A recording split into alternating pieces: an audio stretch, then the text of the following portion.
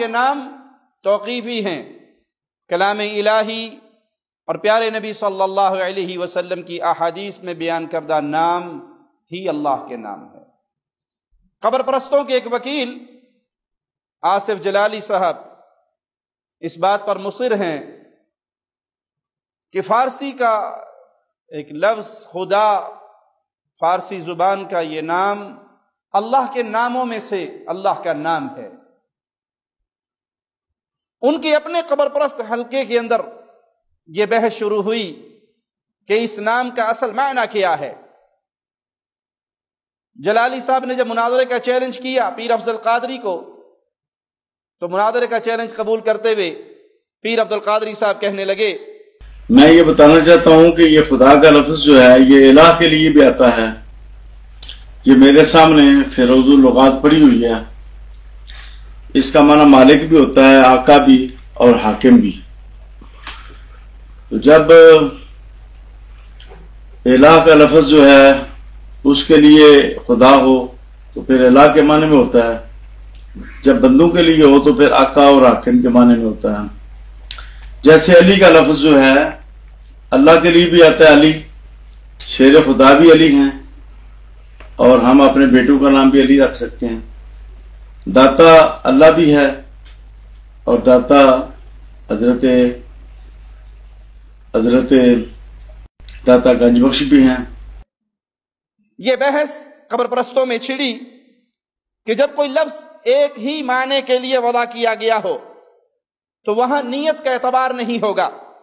اس بحث میں جلالی صاحب یہ تاثر دینا چاہتے ہیں کہ لفظ خدا شریعت میں بس ایک ہی معنی کے لیے معین ہے، اور وہ اللہ کا نام ہے۔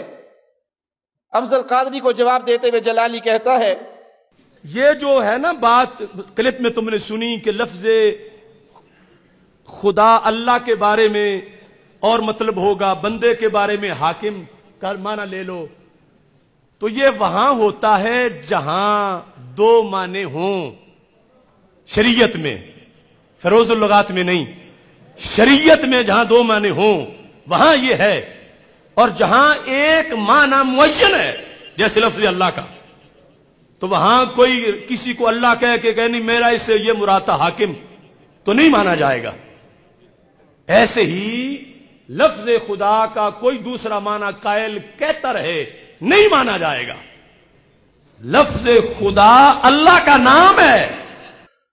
ویسے جلالی صاحب اپنی گفتگو میں اس بات کو تسلیم کر چکے ہیں کہ شریعت کسی کے گھر کی نہیں، شریعت قرآن اور سنت کا نام ہے، کتاب اللہ اور سنت رسول اللہ کا نام شریعت ہے، کسی کے گھر کی نہیں۔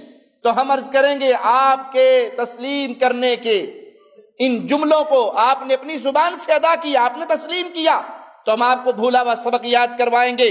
جب یہ کسی کے گھر کی نہیں ہے تو کسی کے گھر کا تراشا ہوا نام اللہ کے پیارے ناموں میں شامل نہیں ہو سکتا۔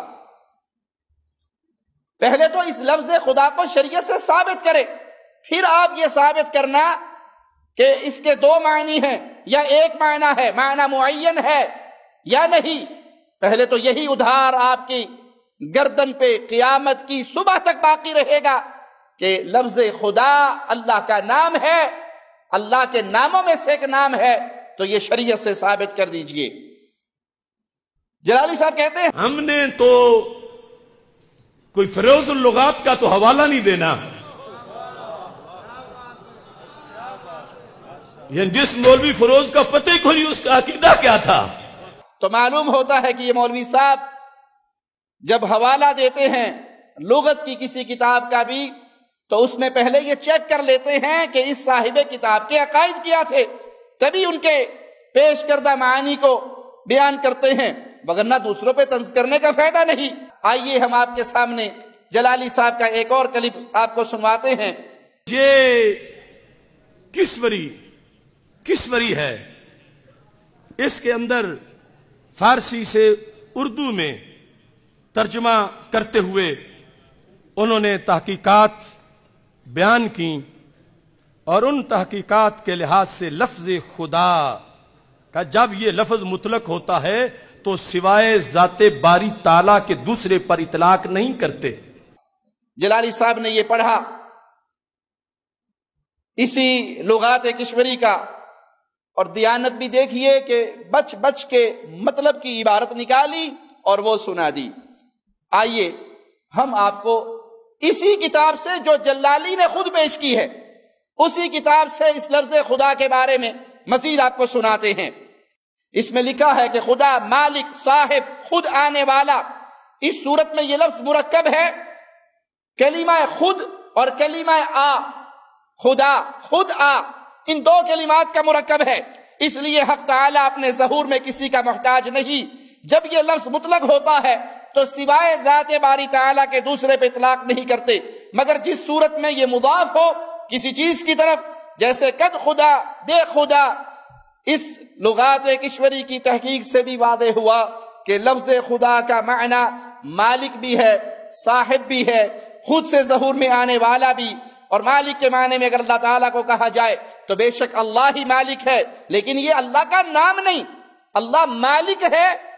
اور اس صفت کا ترجمہ یہ بن جائے تو کسی حد تک بات بنتی ہے، لیکن یہ اللہ کا نام نہیں، کیونکہ اللہ کے نام توقیفی ہیں جو قرآن میں بیان ہوئے اور جو حدیث میں بیان ہوئے۔ یہ لفظ صرف اللہ کے لیے خاص نہیں، البتہ جب مطلق بولا جائے تو تب صرف اللہ کی ذات ہی مراد ہوگی۔ اضافت کے ساتھ یہی لفظ غیر خدا پر بھی بولا جاتا ہے۔ صاحب لغت نے دو مثالیں بھی دی۔ یہ اس کتاب کا حال ہے جس کو جلالی صاحب اپنے دعوے کے طور پر پیش کرتے ہیں، لیکن پوری بات نقل نہیں کی، ڈنڈی ماری، مطلب کی بات کہی، اور جو اپنے خلاف تھی اس بات کو چھپا گئے۔